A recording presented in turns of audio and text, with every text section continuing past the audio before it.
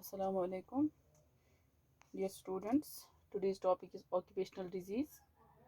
Already we have discussed about the various airborne disease, waterborne disease, and the soil-borne disease. Now, the occupational disease. Occupational diseases, these are the diseases. You can define these diseases as diseases which are caused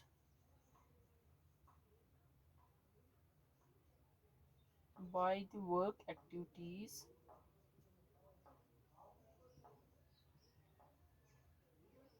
or work environment. Work environment. So these diseases are the disease which are caused by the work activities. जो भी हम कोई activity करते हैं which are related to work, तो वो activity करने से ये डिजीज़ जो है स्प्रेड होती है, जो कि ऑक्यूपेशनल डिजीज़ हम जिनको हम ऑक्यूपेशनल डिजीज़ बोलते हैं, तो वो डिजीज़ स्प्रेड होती है because of the work activities. और we can define these diseases as a disease contracted as a result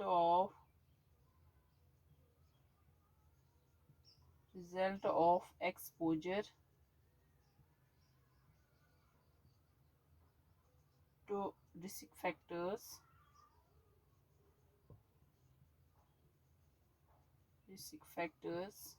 arising from work activities.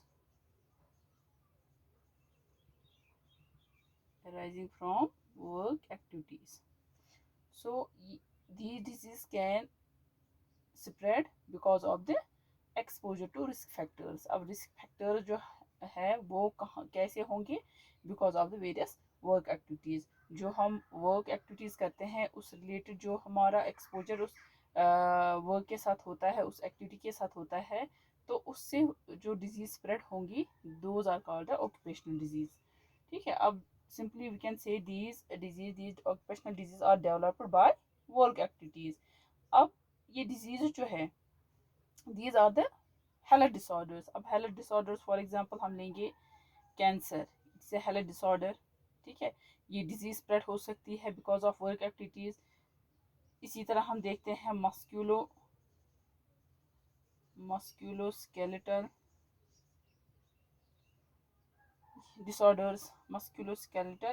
Disorders. ये डिसऑर्डर रहता है हमारी बॉडी में. ठीक है. ये भी हेल्थ डिसऑर्डर है. इसी तरह हम देखते हैं post traumatic stress.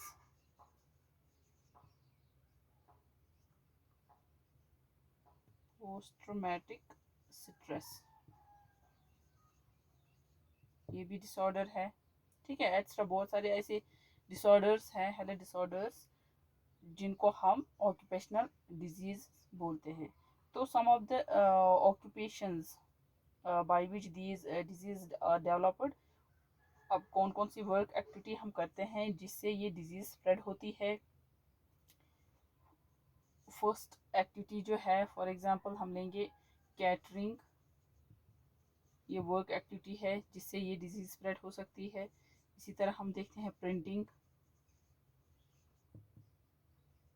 Metal machining,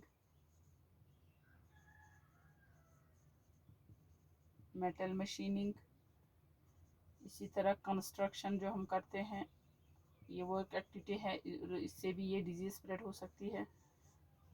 fabric या टेक्सटाइल रिलेटेड जो हम एक्टिविटी करते हैं, या फैब्रिक एक्टिविटी जो हम करते हैं, जैसे इन डिफरेंट इंडस्ट्रीज, जो फैब्रिक टेक्सटाइल इंडस्ट्रीज होती हैं, तो वहाँ पर जो हम एक्टिविटी करते हैं वहाँ पर भी ये डिजीज स्प्रेड होने के चांसेस होते हैं. इसी तरह कोल माइनिंग. ठीक है. तो ये बहुत सारी ऐसी एक्टिविटीज़ है, ये एक्टिविटीज़ जो हमने यहाँ पर ली कि इन एक्टिविटीज़ की वजह से ऑक्यूपेशनल डिजीज़ स्प्रेड हो सकती है. So these occupational disease are generally identified when more prevalent in a given population of workers than in a general population.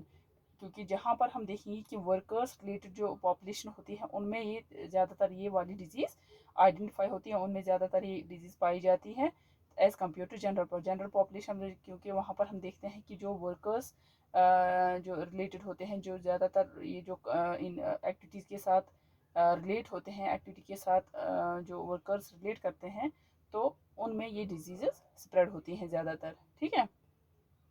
So these occupational disease these include कौन कौन सी disease होती है. these occupational disease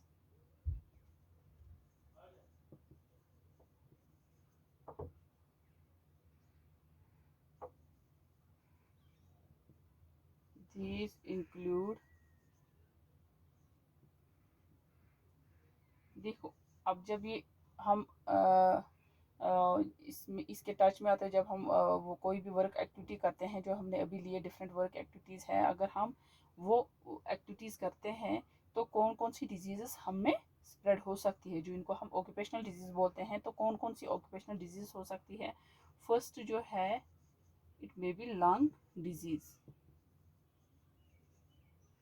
ठीक है. अब lung disease हो सकते हैं. लंग डिजीज़ में हम देखेंगे कौन कौन सी डिजीज़ है. It is silicosis. तो लंग डिजीज़ हो सकती है, तो उसमें हम सिलिकोसिस देखते हैं, एक लंग डिजीज़ है. इसी तरह हम देखते हैं एस्बेस्टोसिस, ये भी लंग डिजीज़ है. बिसिनोसिस, ये भी लंग डिजीज़ है. And it is न्यूमोकोनियासिस.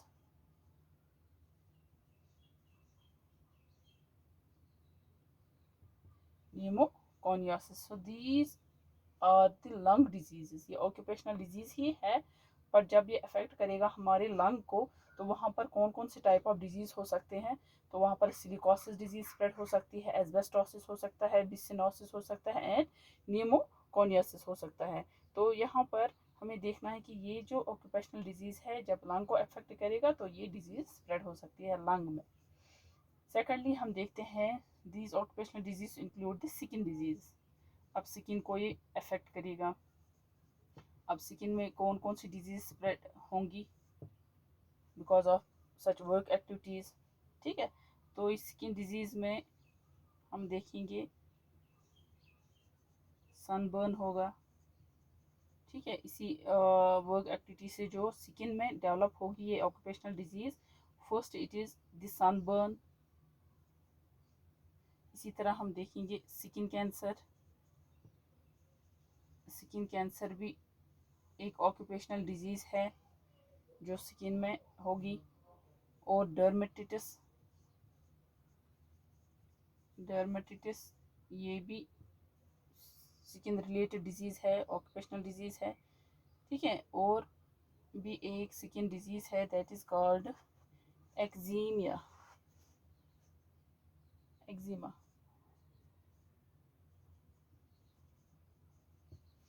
So these are the skin diseases. ठीक है, जो स्प्रेड होंगी because of in contact with various activities. तो ये जो एजेंट्स रहते हैं इस डिज़ीज़ को काज करने के लिए, कौन कौन से एजेंट्स है. So there are the various agents which can cause this disease, occupational disease.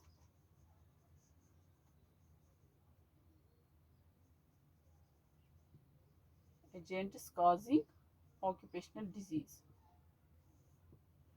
So first it is a chemical agent. बहुत सारे chemical agents है जो ये disease spread करते हैं. Secondly हम देखते हैं physical agents है. इसी तरह thirdly हम देखते हैं biological agents.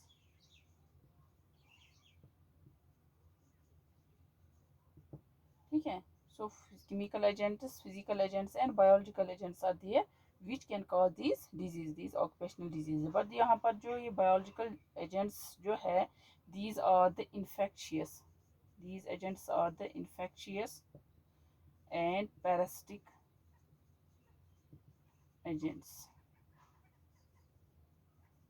So ये जो biological agents है, these are the infectious and these are the parasitic agents and these affects our organ system. जो हमारा organ system है उस पे ये affect करेगा, क्योंकि हम देखते हैं chemical agents जो है या physical agents जो है वो हमारे skin को affect करेगा, क्योंकि हमारे स्किन इन कंटेक्ट आएगा उस फिजिकल या केमिकल एजेंट्स को. तो यहाँ पर जो बायोलॉजिकल एजेंट्स है, जब वो हमारे इंटरनल ऑर्गन जो हमारे रहते हैं उस ऑर्गन सिस्टम को वो अफेक्ट करेगा, तो वहाँ पर जो डिजीज स्प्रेड होंगी, those are the occupational, those diseases are called the occupational. अगर रेस्पिरेटरी ऑर्गन को, रेस्पिरेटरी सिस्टम को अटैक करेगा, उसको अफेक्ट करेगा, at that time these disease are called the occupational respiratory disease.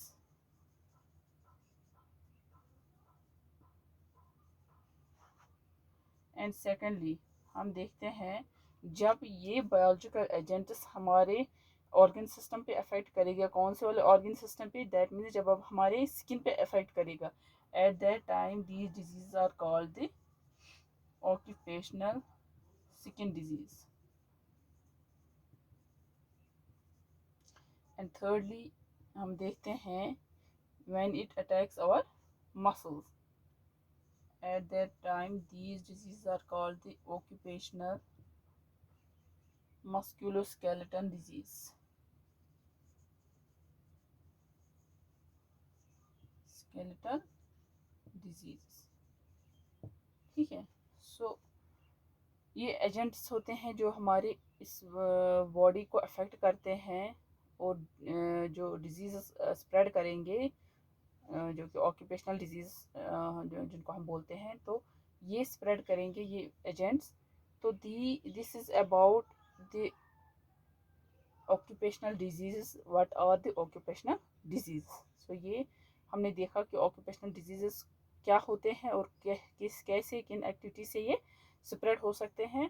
सो कल हम देखेंगे कौन कौन से ऑक्यूपेशनल, जो हमने अभी देखा कि जो लंग डिजीज़ या स्किन डिजीज़ जो स्प्रेड होते हैं because of such work activities, तो वन बाय वन हम वो लेंगे वो occupational disease according to your syllabus. आपके सिलेबस में जो ऑक्यूपेशनल डिजीज़ है तो बहुत सारे, जैसे हमने लंग डिजीज़ में सिलिकोसिस, एस्बेस्टोसिस, बिसिनोसिस, निमोकोनियोसिस पढ़ा, या इसी तरह स्किन डिजीज़ में भी हमने देखा सनबर्न है, स्किन कैंसर है, एक्जिमा है या डर्मेटिटिस है. ये जो है इनमें से देखेंगे अकॉर्डिंग टू योर सिलेबस कौन कौन सा हमें पढ़ना है occupational diseases. So one by one हम वो देंगे. ओके.